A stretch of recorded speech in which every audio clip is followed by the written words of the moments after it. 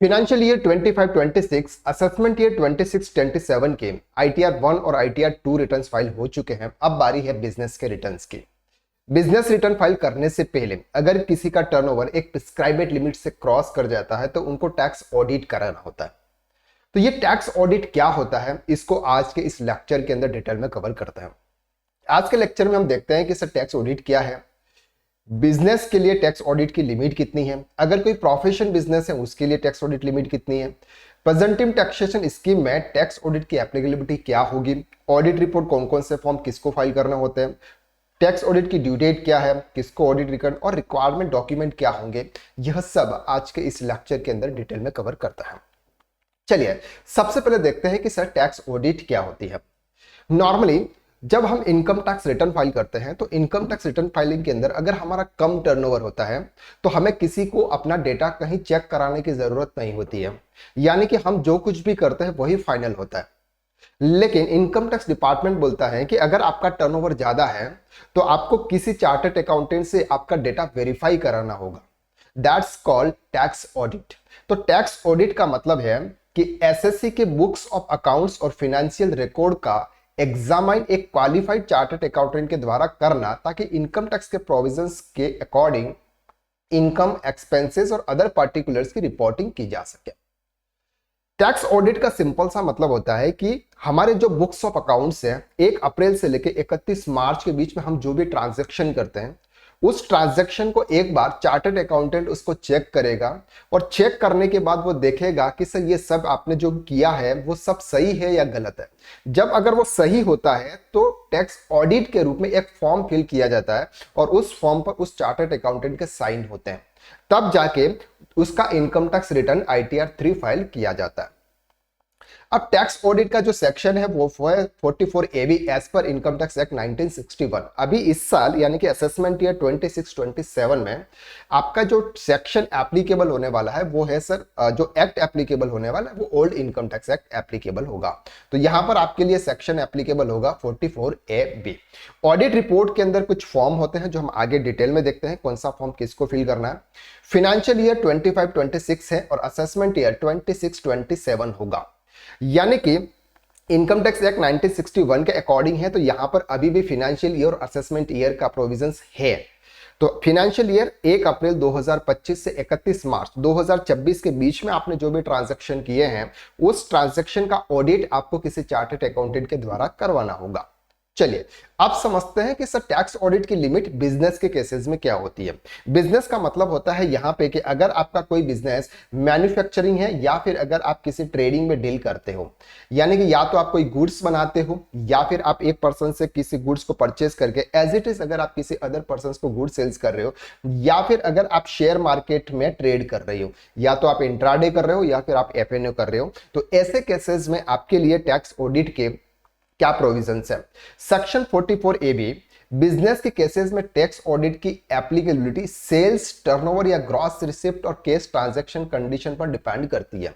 अब सर हमें यहां पर देखना होगा कि आपका सेल्स या टर्नओवर कितना है, साथ में यह भी देखना होगा कि आपके जो ट्रांजैक्शन हो रहे हैं वो किससे हो रहे हैं, क्या बैंक से हो रहे हैं या कैश से हो रहे हैं। नॉर्मल थ्रेशोल्ड लिमिट है, अगर बिजनेस का total sales, turnover, gross receipt 1 crore से एक्सीड करता है, यानी कि अगर आपका पूरे साल का टर्नओवर 1 अप्रैल 2025 से लेके 31 मार्च 2026 के बीच में अगर आपका टर्नओवर 1 करोड़ रुपए से क्रॉस कर जाता है तो आप पर टैक्स ऑडिट की लायबिलिटी एप्लीकेबल हो जाती है, यानी कि आपके लिए टैक्स ऑडिट करवाना आपके लिए एप्लीकेबल हो जाता है।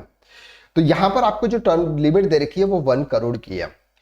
इनांस लिमिट क्या है सर, 10 करोड़ की। अब ये 10 करोड़ क्या है सर, देखिए अगर आप 5% से कम केस ट्रांजैक्शन करते हैं पूरे साल में, यानी कि अगर आपने फॉर एग्जांपल 5 करोड़ रुपीस का टर्नओवर किया और 5 करोड़ रुपीस के टर्नओवर में 95% से ज्यादा आपने ऑनलाइन ट्रांजैक्शन किए हुए, 95% से ज्यादा आपने ऑनलाइन ट्रांजैक्शन किए हैं और बहुत कम 5% से कम आपने केस ट्रांजैक्शन किए हैं, तो ऐसे केसेस में आपकी जो लिमिट होती है वो बढ़ के 10 करोड़ रुपीस हो जाती है। दैट मीन्स कि अब आपको 10 करोड़ रुपीस तक कोई भी ऑडिट नहीं करवाना है। जैसे फॉर एग्जांपल अगर हम बात करते हैं कि अगर आपने एफएनओ किया या इंट्राडे किया, तो एफएनओ और इंट्राडे में क्या होता है, इसे टर्नओवर माना जाता है। और अगर टर्नओवर अगर आपका ज्यादा है और आपका पूरा जो भी है वो सब कुछ ऑनलाइन माध्यम से हो रहा है, तो फिर वहां पर जो लिमिट क्रॉस हो जाती है वो हो जाती है 10 करोड़ रुपीस। तो यहां पर आपको ये ध्यान रखना है कि अगर आपकी कैश रिसीव 5% से कम है और आपका कैश पेमेंट 5% से कम है, तो ये लिमिट बढ़कर आपके लिए 10 करोड़ रुपीस हो जाएगी। अब सर आप सोच रहे होंगे कि सर हम तो सेक्शन 44 एडी के अंदर 2 करोड़ रुपीस तक की तो हम प्रेजेंटिव टैक्सेशन स्कीम ऑप्ट करते हैं, तो यहां पर सर तो 1 करोड़ के ऊपर तो ऑडिट है, तो ऑडिट वाला क्या सीन है और सेक्शन 44 एडी वाला क्या सीन है, चलिए उसको भी हम डिटेल में कवर करते हैं। सेकंड आता है सर प्रोफेशन के केसेस में। प्रोफेशन के केसेस में जो लिमिट है वो है सर 50 लाख रुपीस की। अगर आप एक लीगल प्रोफेशन है, मेडिकल प्रोफेशन है, इंजीनियरिंग है, आर्किटेक्चर है, अकाउंटेंसी, टेक्निकल या इंटीरियर डेकोरेशन, अगर ऐसे कोई पर्सन है जो प्रोफेशन है और प्रोफेशन के केसेस में अगर आपकी ग्रॉस रिसिप्ट पूरे साल 50 लाख रुपीस तक है, इससे ज्यादा है, तो आपको टैक्स ऑडिट करानी होती है। लेकिन यहां पर वही सेम केस है, अगर आपका परसेंटेज 5% से कम अगर आपका कैश ट्रांजैक्शन है, तो वो लिमिट बढ़कर सर आपके लिए 75 लाख रुपीस हो जाती है। दैट मीन्स कि 50 लाख रुपीस से ज्यादा अगर आप हैं तो आपके ऊपर टैक्स ऑडिट एप्लीकेबल हो जाती है। और अगर आपके ट्रांजैक्शन 5% से कम कैश में हो रहे हैं, 95% से ज्यादा ट्रांजैक्शन आपके डिजिटल हो रहे हैं, तो आपके लिए वो लिमिट बढ़ के 75 लाख रुपीस हो जाती है। चलिए अब हम समझते हैं कि सर सेक्शन 44 एडी के अंदर क्या है। सेक्शन 44 एडी के अंदर क्या होता है कि सर हम क्या करते हैं कि 2 करोड़ रुपीस से कम का अगर टर्नओवर होता है तो हम एक स्कीम ऑप्ट करते हैं, प्रेजेंटिव टैक्सेशन स्कीम। इसके अंदर हम क्या करते हैं कि अगर हमारे जितने भी कैश ट्रांजैक्शन होते हैं उसका मिनिमम 8% प्रॉफिट हम शो करते हैं, और अगर हमारे जितने भी बैंक से ट्रांजैक्शन हो रहे हैं उसका मिनिमम हम 6% प्रॉफिट शो करते हैं। लेकिन अगर आप ये प्रॉफिट कम शो कराना चाहते हो, अगर आप चाहते हो कि सर मेरा ये प्रॉफिट 5% हो या 3% हो या 4% हो, तो ऐसे केसेस में आपको टैक्स ऑडिट करवाना होगा और सीए से आपको प्रॉपर तरीके से वो फॉर्म फिल करवाना होगा। तो यहां पर आपको सेक्शन 44 एडी और एडी ए के बीच में आपको ये समझना होगा कि सर सेक्शन 44 एडी ऑप्ट करने में आपका क्या होगा। उसमें आपको मिनिमम 6 और 8% और 6% के हिसाब से प्रॉफिट शो करना है। अगर इससे कम अगर आप शो करोगे तो फिर आपके लिए टैक्स ऑडिट एप्लीकेबल हो जाएगी। सर एक एग्जांपल समझते हैं, अगर मेरा टर्नओवर 1.5 करोड़ है, कितना टर्नओवर है सर 1.5 करोड़। अगर मैं फॉर एग्जांपल ये मान के चलते हैं कि सर 1.5 करोड़ में 20% मेरा कैश ट्रांजैक्शन हो रहा है और 80% मेरा बैंक से हो रहा है, तो 20% का मिनिमम मुझे 8% दिखाना है और 80% जो भी मेरा टर्नओवर है उसका मुझे 6% दिखाना है। लेकिन अगर आप चाहते हो कि सर मैं इससे कम प्रॉफिट शो करूं, तो फिर आपके लिए टैक्स ऑडिट एप्लीकेबल हो जाएगी। क्लियर हो गया? तो फिर आपके लिए टैक्स ऑडिट एप्लीकेबल हो जाएगी। तो ये है सर आपका सेक्शन 44 एडी। तो यहां पर 1 करोड़ रुपए से टर्नओवर अगर आपका क्रॉस हो जाता है तो आपको टैक्स ऑडिट करवाना होता है। अब समझते हैं कि सर टैक्स ऑडिट के कौन कौन से फॉर्म है। As per income tax act 1961 के अनुसार 2 फॉर्म है, एक है 3CA 3CD। अगर किसी अदर लॉ के अंदर ऑडिट के लिए रिक्वायर है, फॉर एग्जाम्पल अगर हम बात करते हैं कि कोई कंपनी है, ठीक है, तो कंपनी की ऑडिट कंपनीज एक्ट 2013 के अंदर भी होगी और साथ में आपकी टैक्स ऑडिट भी होगी जो इनकम टैक्स एक्ट के हिसाब से होगी। तो फिर वो कौन सा फॉर्म फाइल करेंगे, एक करेंगे 3CA और दूसरा करेंगे 3CD।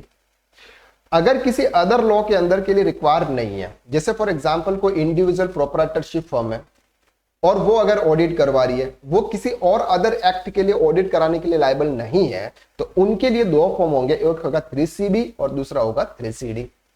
3CB नॉर्मल एक सिर्फ डिटेल्स फिल की जाती है, बाकी 3CD के अंदर प्रॉपर तरीके से आपकी सभी इंफॉर्मेशन जो अकाउंटिंग जो भी आपके होते हैं उसके हिसाब से वहां पर डेटा फिल किया जाता है। अब से समझते हैं कि सर उसकी लास्ट डेट क्या, तो उसकी लास्ट डेट है इस बार 30 सितंबर 2026। सर अगर हम लेट फाइल करते हैं तो क्या होगा, सर लेट फाइल करोगे तो आपको लेट फीस पे करनी पड़ेगी और लेट फीस भी बहुत ज्यादा होती है सर, 75,000 रुपीज से लेके 1.5 लाख रुपए तक की सर फीस होती है, और वो भी आपके एओ पे डिपेंड करती है कि वो आपसे लेगा या फिर नहीं लेगा। तो इस बार असेसमेंट ईयर 26-27 के लिए जो फॉर्म है वो है सर आपके 3CB 3CD और 3CA 3CD, और न्यू इनकम टैक्स एक्ट 2025 के हिसाब से जो फॉर्म है वो है फॉर्म नंबर 26। चलिए अब हम समझते हैं कि सर बुक्स ऑफ अकाउंट्स क्या मेंटेन करने होते हैं। अगर किसी चार्टर्ड अकाउंटेंट को हमको ऑडिट के लिए लेके जाना है हमारे डेटा, तो उसमें क्या होगा सर, आपकी एक कैश बुक होगी, बैंक बुक होगी, लेजर की स्क्रूटनी होगी, जर्नल होंगे और ट्रायल बैलेंस आपका चार्टर्ड अकाउंटेंट उसको देखेगा। फिनेंशियल स्टेटमेंट में क्या बनेंगे सर, अगर आपका ट्रेडिंग अकाउंट बनेगा, प्रॉफिट एंड लॉस बनेगा और बैलेंस शीट और शेड्यूल के सपोर्टिंग स्टेटमेंट साथ में आपके बनेंगे। इस बार जो भी बैलेंस शीट बनेगी वो टी फॉर्मेट में नहीं बन के एक्स पर इनकम टैक्स एक्ट के हिसाब से, यानी कि जो हमारा कंपनीज एक्ट 2013 के हिसाब से आया है उसके शेड्यूल के हिसाब से वो बनेगी। सेल्स रजिस्टर चेक किया जाएगा, purchase expenses detail, debtor creditors के बैलेंसेस, स्टॉक इन्वेंट्री और फिक्स एसेट का रजिस्टर आपसे चेक करेंगे। इसके बाद अगर हम टैक्सेस की बात करें तो जीएसटी प्रॉपर तरीके से चेक किया जाएगा, TDS, TCS, form 26A match करना, एआईएस के अंदर जो रिपोर्ट आई है वो आपकी बुक्स में है कि नहीं है वो चेक करेंगे, और साथ में इनकम टैक्स रिटर्न फाइल करेंगे। लोन की अगर बात करें तो bank statement, loan and advances, detail of investment, major payment receipt और प्रीवियस ईयर के ऑडिट रिपोर्ट अगर एप्लीकेबल है तो वो भी चेक की जाएगी। तो ये कुछ इंपॉर्टेंट डॉक्यूमेंट होते हैं जो एक चार्टर्ड अकाउंटेंट टैक्स ऑडिट के अंदर कवर करता है। अगर आप अकाउंटिंग एंड टैक्सेशन फील्ड में काम कर रहे हैं और आप चाहते हैं कि सर मैं प्रॉपर तरीके से अच्छा खासा नॉलेज एक ही कोर्सेस के अंदर अगर मैं कवर करूं और मैं अपने आप को एनहांस करूं, यानी कि अपने नॉलेज को इंक्रीज करूं, तो आप ज्वाइन कर सकते हैं tax consultant course. 9th module का कॉम्बो कोर्स है जिसमें आपको टीडीएस एंड टीसीएस का प्रैक्टिस पोर्टल दिया जाता है। प्रैक्टिस पोर्टल का मतलब होता है कि सर अगर आपके पास में न तो जीएसटी का लॉगिन है और न ही आपके पास में 10 नंबर है और टीडीएस का लॉगिन है, तो वहां पर आप प्रैक्टिस पोर्टल पर as it is government portal जैसे पोर्टल पर आप प्रैक्टिस कर सकते हैं। और ये 9th मॉड्यूल डिटेल में बेसिक से लेकर एडवांस लेवल तक हम कवर करवाते हैं। उसकी लिंक आपको डिस्क्रिप्शन में दे रखी है, एक बार जाकर आप जरूर चेकआउट करें। तो आज के लिए बस इतना, नेक्स्ट वीडियो में फिर मुलाकात करते हैं, तब तक के लिए thank you so much, have a nice day.